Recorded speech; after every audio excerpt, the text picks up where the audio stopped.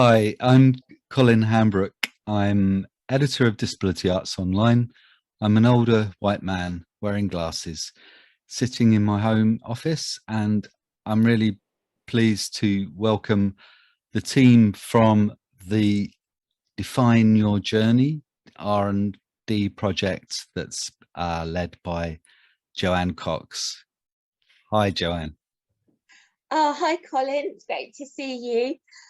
I'm a middle-aged white woman. I've got long, frizzy brown hair. I've got too much frizz, permanent bad frizz day.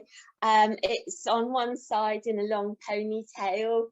I've got a blue and white polka dot t-shirt, and I'm sitting in my living room, and I've got a yellow wall with a pastel painting on it. Define Your Journey started off as the online version of my project, Defiant Journey. That's my live show. Defiant Journey is very interactive. It's all about people interacting with the cello in various ways that they find accessible during the show. So Define Your Journey is the online version of that, but now it's taken on its own journey, so it's becoming more different as we go along. It's a disabled-led project, and I'd take great. I'm very proud to introduce Kate Lovell, my dramaturg and artistic director. Hi Joe, thank you very much for that intro. My name's Kate Lovell. As Joe said, I'm director and dramaturg on Define Your Journey. I am in my mid-30s. I'm a white woman. I have short, dyed red hair, and I've got black rimmed round glasses and dangly, shiny earrings in the shape of faces. I'm also in my home office / storeroom, chatting to you today. And I would like to introduce our next team member, is Joe Strickland. I'll hand over to you. Hi, my name is Joe. I'm a white person in their mid-late 20s. I have brown shoulder-length hair and a kind of brown gingery beard and blue glasses, blue framed glasses. I'm wearing a grey t-shirt and I'm sitting in my bedroom. So I'm in a white room and you can see grey curtains on the wall in front of the window behind me. I'm digital producer for the project, which means that I help kind of organize and consult and feed into all of the digital and online elements of the production, whether that's rehearsals, whether that's recording and editing footage, or access and distribution to audiences and participants at the end once the piece is ready. But I don't do that alone, not at all. And I will be handing over to Charles Matthews, who also helps with a lot of the digital side of the project. Hi, my name's Charles Matthews. I'm a white man in his early 40s, sporting glasses, a beard, and a rather stylish Robin's Rocket t-shirt. Just a little plug there for our friend. But yeah, I've been working on the digital instruments for this and generally trying to find out ways that we'll be able to play different pieces online and also interact with them. Thanks, Charles. Thanks. Perhaps I can go back to you now, Jo-anne. This iteration of Define Your Journey, the follow-on from Defiant Journey, is a very playful piece of work that that you're developing. I wondered if you could comment on how the ideas came to fruition for this particular online project. Well, credit where credit's due. The original idea came from a business mentor, which I had from the Help Musicians UK Do It Differently fund. And this person suggested Define Your Journey as an online iteration of Defiant Journey. It was just when the first lockdown was happening, so it was really relevant as to help me continue my work through the pandemic. And Help Musicians UK, they were brilliant about access too, so I really recommend them. So this business mentor suggested doing a choose your own adventure on YouTube, and that automatically made it more playful, just because you can choose which videos and where you want to go at the end of each one. Then Liz Porter was talking to me about access advice and creative advice as well. And she said, oh, that there could be a bed bug game, and that sounded really fun. And then at the end of last year, we were talking about something else with Charles, and Charles said, oh, I've made an online digital instrument, and I saw it and I just said I want one. And it was really as easy as that. And yeah, this version, it is less political and more fun. I simply couldn't keep telling the same story throughout the pandemic over. I mean, we were all hoping it was going to be like a 3-month thing and then out and about, and it wasn't like that at all. So it's going on its own journey now, and yeah, it's much more light-hearted. Otherwise we'd all be exhausted, I think, emotionally. And it sort of follows on mainly, I would say, in its interactive nature. What is it that appeals about getting people to interact with your remarkable dragon cello? I think for quite a while before the dragon cello was born, I was working in early years, and I had kids joining in with scarves and playing along, jamming along on percussion, dancing, just any sort of movement, and then I was responding to them. I had a lot of help with that from Music House for Children. They're really brilliant, and they really believe in equal access for music education for disabled kids. Yeah, so it was around that time that my cello became much more interactive with a young audience, and I actually thought, hey, this is really fun. Why aren't I doing this with adults? And that's where it all started. And then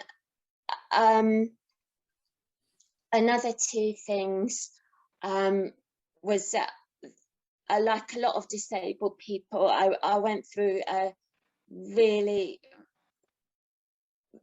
huge battle about PIP, which took a very, very long time, and it was just awful, which I mean everyone's gone through. And also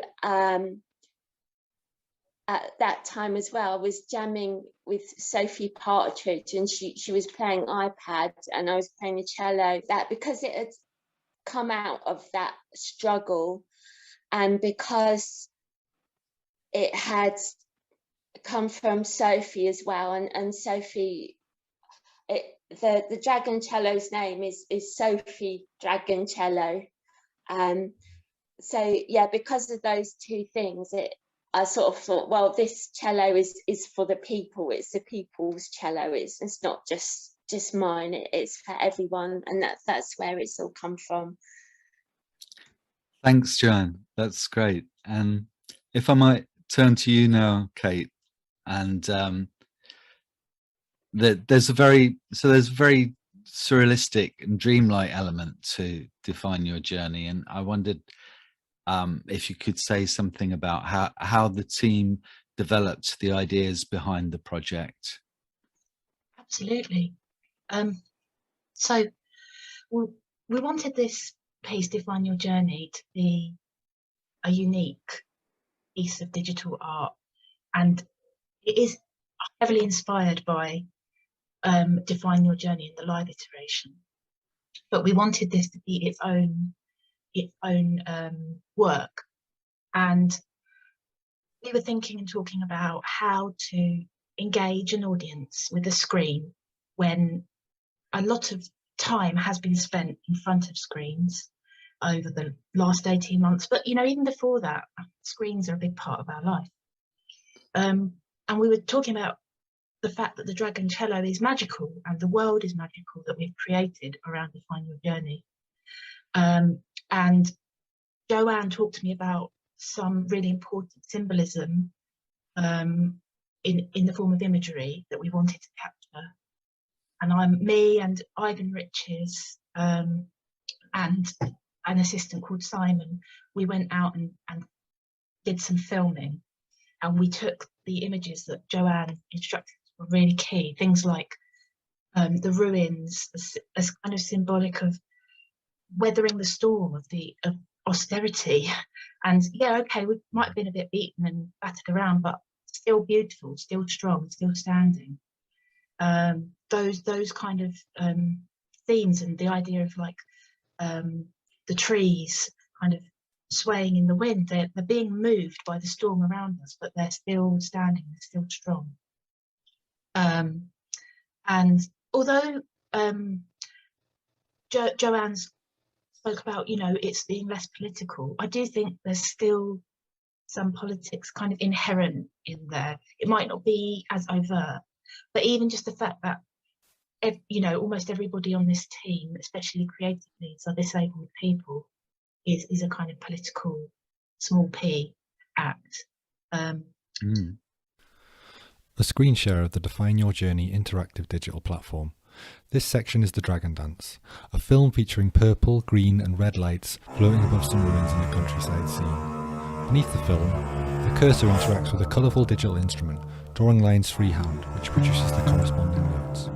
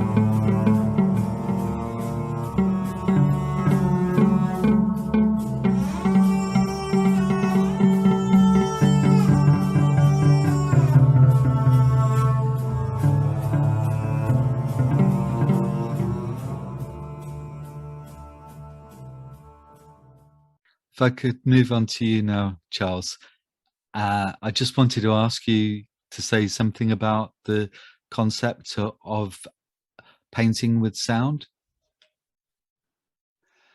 So with something that's come about in this project, and I suppose it's a really logical progression from what we were doing in the live show. We had lights that were responding to the sound of Jo-anne's cello and that people could interact with. And so, for example, you'd have a very bassy note producing a blue tone, or a very high note producing a red tone. But it's still something that's sometimes a bit abstract. Also tying into what Jo-anne was talking about right at the start, different ways of interacting with the sound moving alongside it. There was an element of moving scarves, that kind of thing in the live show. I really loved the idea of making trails from the lights, and it's something that would be quite difficult to do in the physical space.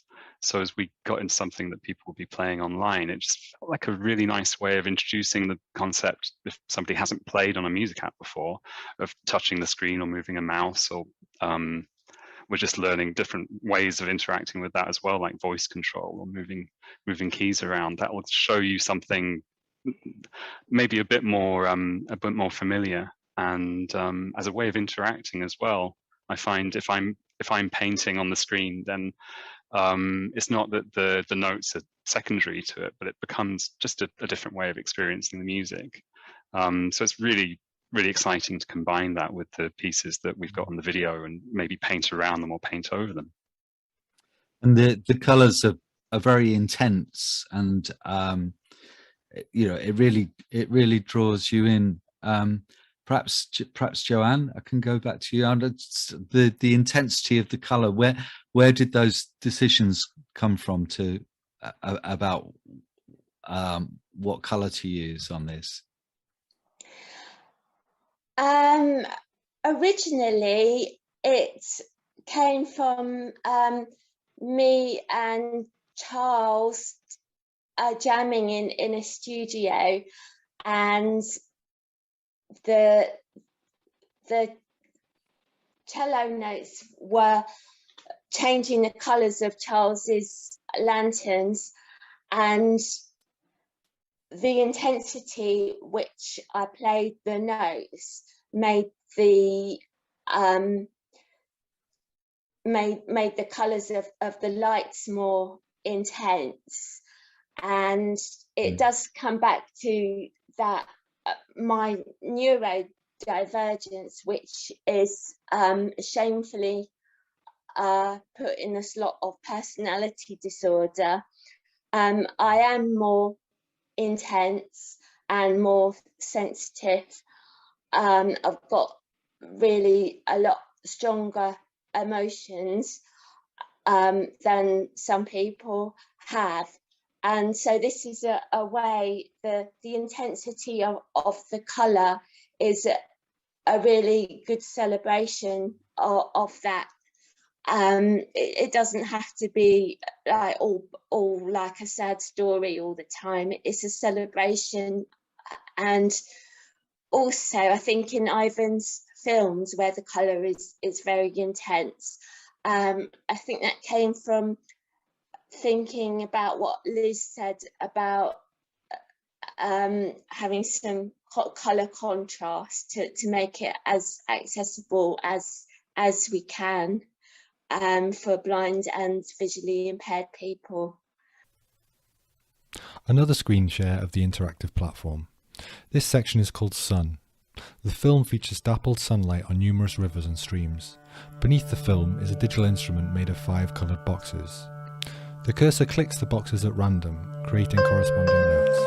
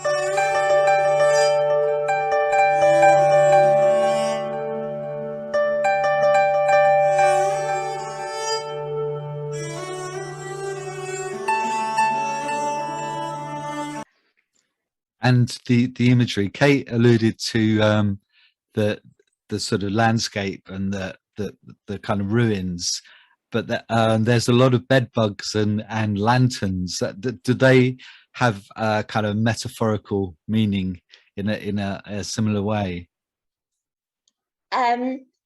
Yes, the lanterns, they represent in a live show, they represent the light from Sophie. Sophie Partridge was my very dear friend, and that's me and Charles's tribute to her. The bed bugs in the live show, they represent nasty ATOS assessors. I know they're not all nasty, and they're not all nasty at DWP, but there are some nasty ones that do very callous things. I know that they have, that's what, I better stop there. But yeah, the bed bugs represent that feeling of powerlessness against this sort of attacks from the government.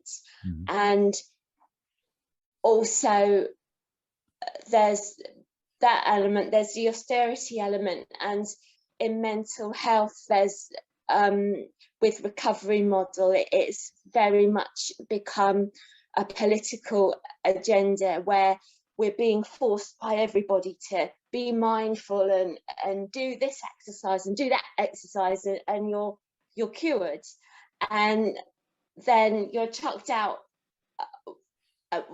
still very vulnerable with no support, and people saying you're cured, and it's an extremely dangerous situation for many people. And the bed bugs, they represent ATOS, but they represent recovery model robots as well, who go around, you know, dishing out these advice to people that are very distressed and people that need really good human soulful support, that are being told, oh, go and run yourself a bath. So that's what that represents, and it comes from the time when I actually had bed bugs in my flat, courtesy of my partner, who is still together, which is amazing. And to get rid of the bed bugs, they spray the place with the poison, but you have to then sleep in each room so that they come out at night and bite you, so that they're walking over the poison, and then they take the poison back to their babies. Sorry, this is really triggering. And it was sounds appalling. Yeah, it is. It's horrible that the poison stops them reproducing. So it was at that time when I was lying on the floor in my living room being bait for these bed bugs to come out, and at the same time having the PIP review and the ATOS assessors, and that just being a psychological nightmare, and me just lying on that floor thinking, what is worse? Is it these blood-sucking bed bugs that are going to come out at night and I just have to lie here waiting for them, or is it the PIP assessment? And the PIP assessment won, and ever since then that's been the bed bugs, that they represent that. Another screen share of the interactive platform, Debugging the Bed Bugs. Red cartoon bugs emanate from the centre of the screen, bumping into coloured lines which intersect at points on the screen, creating sounds. The cursor periodically squashes the bugs by clicking on them, which turns them blue and produces a different tone.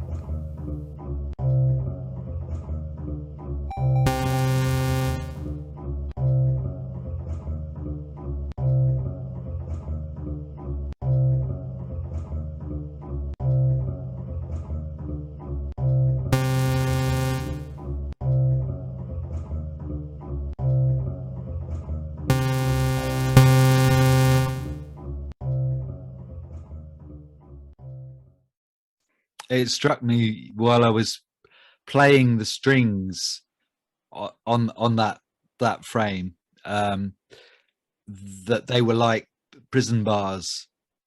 Yeah. And yeah, it was great that you could kind of play the strings and create this beautiful music and kill the bed bugs at the same time. Yeah. Yeah. And if I can turn at this point to you, Joe Strickland, and ask about the kinds of audiences that you want to reach. It feels like it's kind of, there's quite a range, and yeah, just be interested to know who you want to reach out to with this project. Of course, yeah.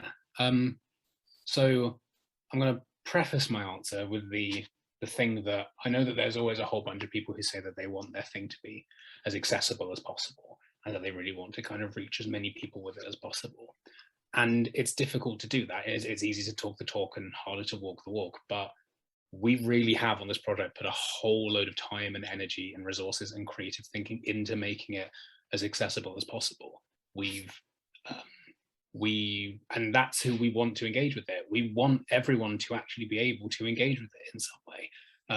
A big part of Charles's job has been trying to make sure that, kind of regardless of whichever phone or laptop or tablet or computer you're interacting with the thing on, and whichever way that you interact with that technology in your everyday life, whether that's kind of with whatever mobility, with whatever vision, with whatever hearing that you have, you can still interact and get an equivalent experience out of it.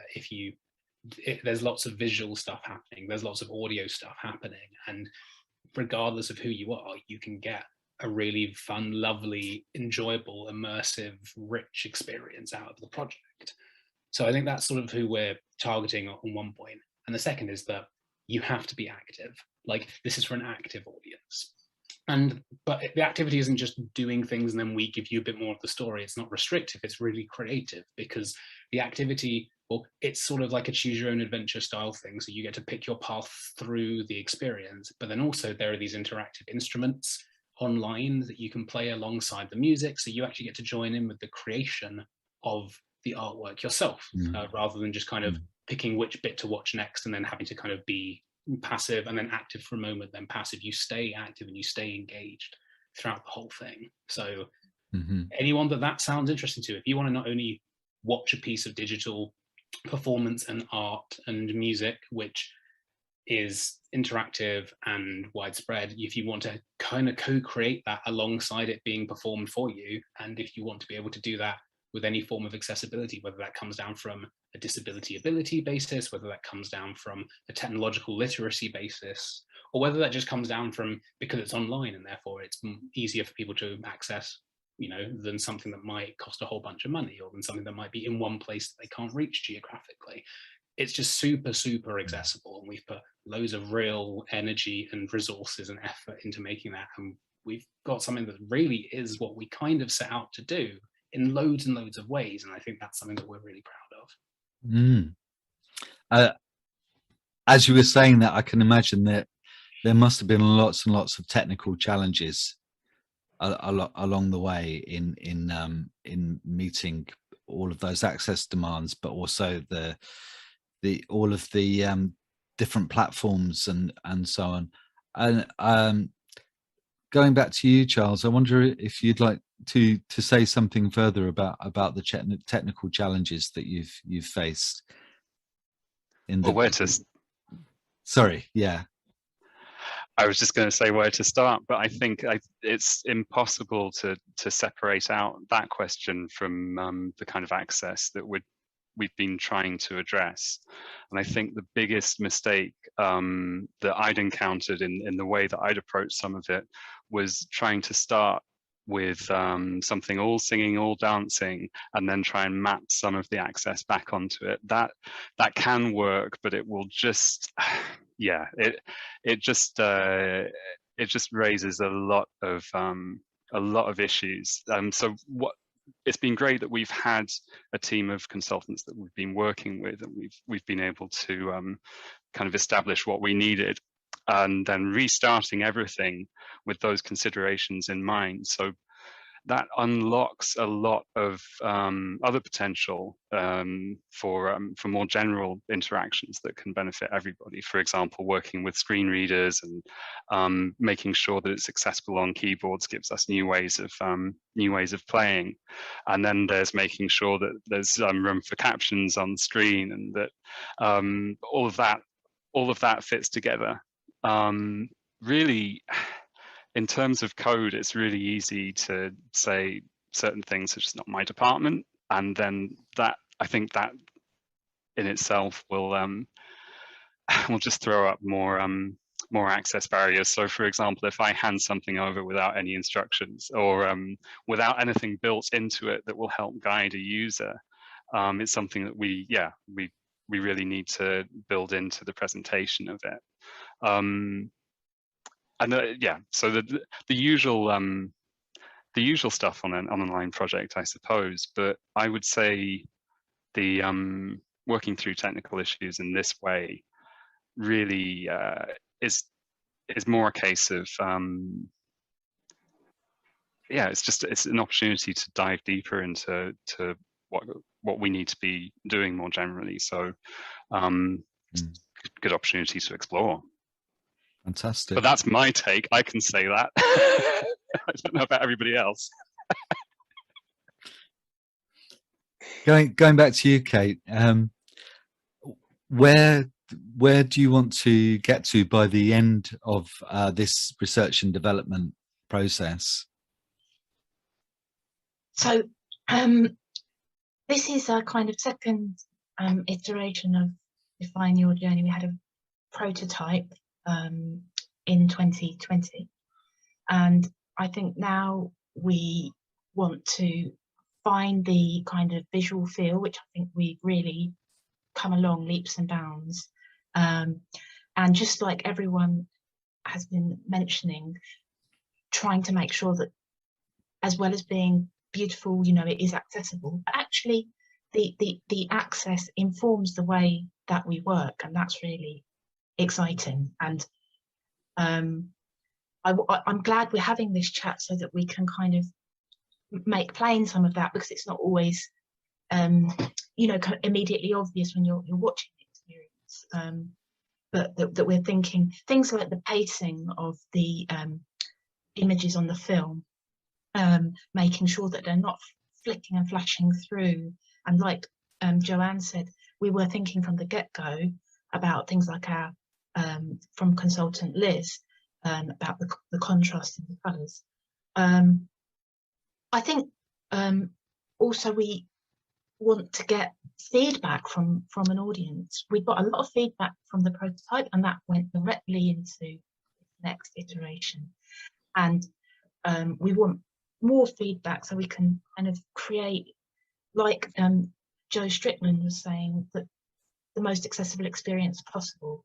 But also the most unique. I think, what Jo-anne's Cello for the People, I love that image. And we want to get Jo-anne's music out there, and we want to reach people who, this pandemic ain't over, and disabled people are the ones who are going to be probably the most profoundly affected for a longer time. So we are mindful of that. We do want to do Define Your Journey in person, but we are creating this because we know that not everybody is confident about going out to live work. And that's not a denigration of live work, because it's important, but it's just that we want to do this to make sure that people can access high quality and contemporary art from their own homes, and acknowledging the fact that for some people that's been the case for way longer than COVID-19 and will continue to be the case. And I just want to kind of uplift the sort of work that we're doing, and encourage other art makers to see digital as exciting, as interesting, because it is. And I suppose I want to sort of just push back a little bit. I've seen quite a lot of, finally going to real theatre or real art in a gallery, and like, it's all real, it's all so real. And this this piece of work is very different to a piece of live theatre, but it's just as rich and just as exciting. And there are some real bonuses to the fact that it is online, it can be accessed anytime, and experienced in a really personal way. And I think that's part of why the surreal, dreamlike atmosphere. I mean, for instance, my grandma, who is 92, she doesn't use the internet. She sees that we've got smartphones, but she doesn't really engage with that. I showed her a small part of this, and she's never seen anything like this before. It's very new to her, and she just kind of went into a dream-like state almost, and then afterwards said, I feel like I've been to another world. And for me, it was quite, I mean, aside from the fact that she's my grandma, I don't know when she would have last seen a piece of art like that, a piece of theatre. I'm talking 20 years more. And she's not able to leave her home. That's been pre-pandemic. So it's, you know, those kind of people that hopefully the work can reach. And it's a lot of fun, isn't it? It is. I had a great play with it all. Yeah, that's enjoyed it. it. Killing the bed bugs is absolutely great fun. Really therapeutic. The final screen share of the interactive digital platform, Swaying Trees and Throbbing Lights. It features a film of lanterns hanging from trees in a wooded area at night. The same digital instrument made of 5 coloured boxes from earlier sits beneath the film. The cursor clicks the boxes at random, creating corresponding notes.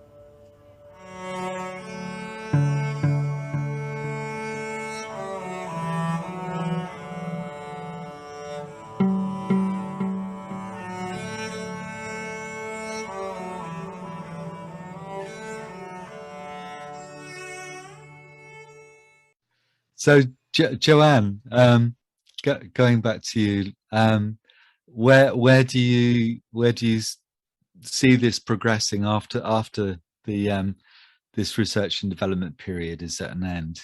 I hope to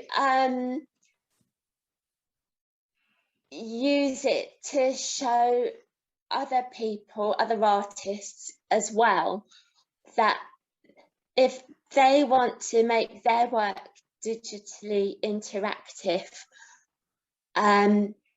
you don't have to win a commission out of, you know, 1,000 or 2,000 people.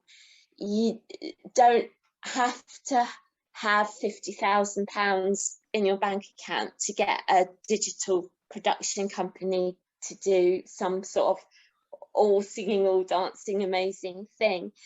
You can meet people like Charles, a creative technologist, and Joe is a creative technologist as well. There's some really great creative technologists out there, and you can just start doing things. So I really want to use it for that, to empower other artists if that's the route that they want to go down. And for Define Your Journey, we've been talking about it with Together 2012 this morning, and they were saying that in the next version, maybe we could have a function where people could record their jamming with the cello, so they make their own piece of music, they make their own individual unique art music piece, and then together can collate them, and then we can have a performance. So we're thinking of that, which is really exciting. And also what's really exciting is that Blurring the Boundaries, our partner organisation, which Charles is from, they're developing the capacity to do things live as well. So it could be that somebody makes a sound in London and it lights up something in Canada. So Kate's already had a go, I think, drawing something, and there was a little duet between Charles in Montreal and Kate. And I think that's really exciting that you can do online live interaction as well. That's something we're thinking about for the next one. Yeah. Brilliant. It also kind of opens up so much in terms of, you know, being able to work across geographic boundaries and being able to interact with artists across the world in a very unique, creative ways. I'd like to thank you all for taking part in this discussion, and really excited to see where Define Your Journey goes next. So thank you to everyone. Thanks, big thanks from Disability Arts Online. Thank you thank you for your support, Disability Arts Online, and Colin, it's really great. Thank you.